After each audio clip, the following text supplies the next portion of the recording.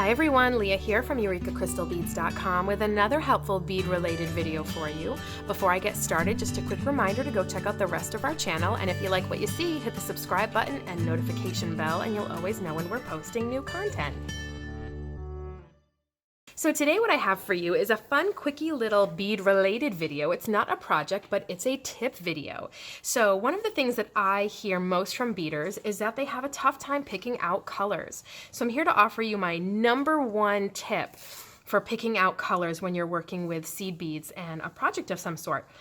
The other big thing people struggle with is not just picking out colors that perhaps blend beautifully together, but adding in the pop color.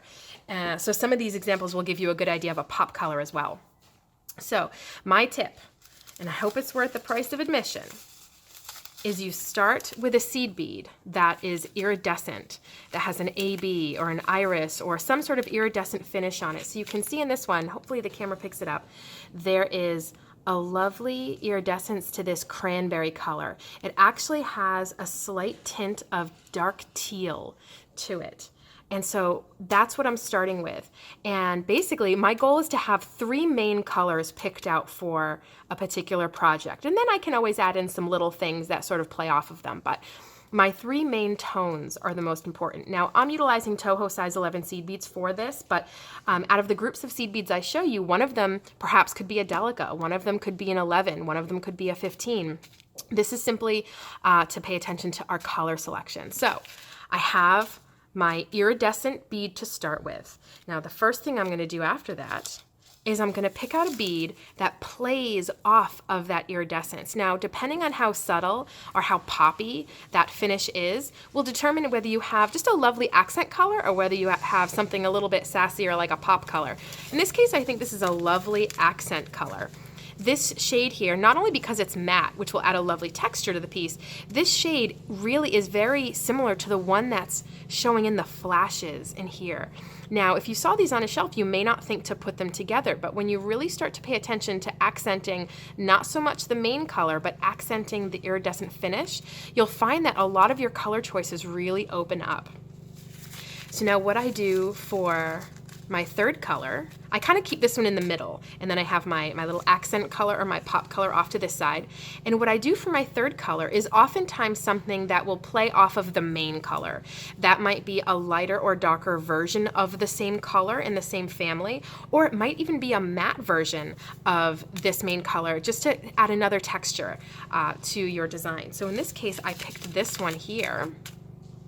This is a beautiful matte seed bead that picks up just a little bit on this sort of, I don't know how to describe this. It's not quite teal, but it's just sort of like a lovely subdued bluey green. This gets picked up here, and there's a little bit of it tinged in here. A bit more so you see some coppery orange colors, and that could actually be even a 4th color that you pick up on, which would be stunning. If you picked up a very subtle mustard color, just in little hints like in a size 15, that would be a really beautiful tone to pick up into here. So this is one example. I have this example. This one's going to be a little bit more subtle. So I started with this iridescent taupey color, and there's a slight greenish in here, and there's an ever so slight pink. So the first thing I'm going to do is I'm going to pick up on that iridescent pink that's there. It's very subtle, but it's definitely present. And for that, I picked this sort of dusty rose apricot color. It's very important when you're working with an iridescent brown seed bead that you don't pick a color that's too bright, because what'll happen is it can tend to make this color here look a little muddy. And the beautiful subtle iridescence in this bead could really fade away and unfortunately get lost. So I made sure I picked a pink that was very, very subdued and not very bright. Then for my color on the other side, I'm simply picking a darker color that's in a similar family and also happens to be a matte, but that was just coincidence. I would have liked this even if it were shiny. But it's a similar family as the overall brown that's in here. It's just a bit darker. So you end up with this lovely brown and pink combination, which I think is really just a lovely color combination. I love brown and pink together. Brown and blue as well is also lovely. So that's another example. This one's going to be a bit more poppy and fun. This is a fantastic Toho seed bead. It's like a carnival in my hand, I'll tell you. There's a beautiful icy minty green in there. There's a bright greenish gold, and then there are hints of this lovely magenta. So the first thing I did was I wanted to pull out that magenta as something to go with this. So I pulled out this lovely little bead as an accent to it. And then for the other side, I wanted to add something that would be even more of a pop. This is definitely a nice little pop compared to this, but I wanted something that was going to add even more funk and pop to that. So I picked out this beautiful lined mustardy color that picked up on the gold within here. And these three together would make one stunning funky project. Now, it might look garish to some, and that's okay. Color is subjective. But something to think about is that your project doesn't have to have equal amounts of all three. You could have just subtle hints of the mustard or subtle hints of the magenta here, but you would want to have a bit more of this, because this is the one in the middle that I've been showing you in all of these examples is the one that truly pulls it in together. My last example for you starts off with a matte colored seed bead that does have a beautiful iridescence to it, a lovely iris color. You see a lot of little colors picked up in here. You see some subtle greens, some subtle golds, and some subtle fuchsias. The overall color is sort of a navy blue, but then you have all those other subtle little colors in there.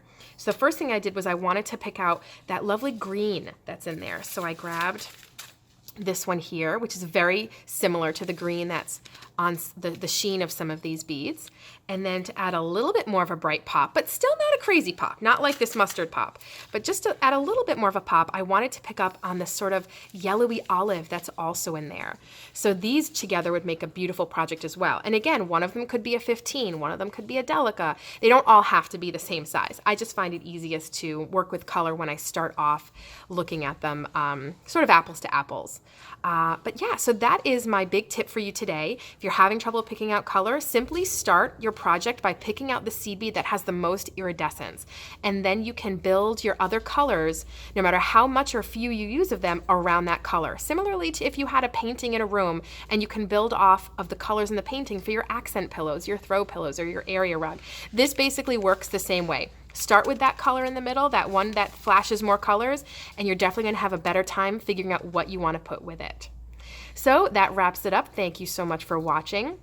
Make sure to visit us on over at eurekacrystalbeads.com. I'm going to link below to the colors here in the event that you'd like to copy them. And hopefully we can help you out with all of your beading and jewelry needs. Bye-bye.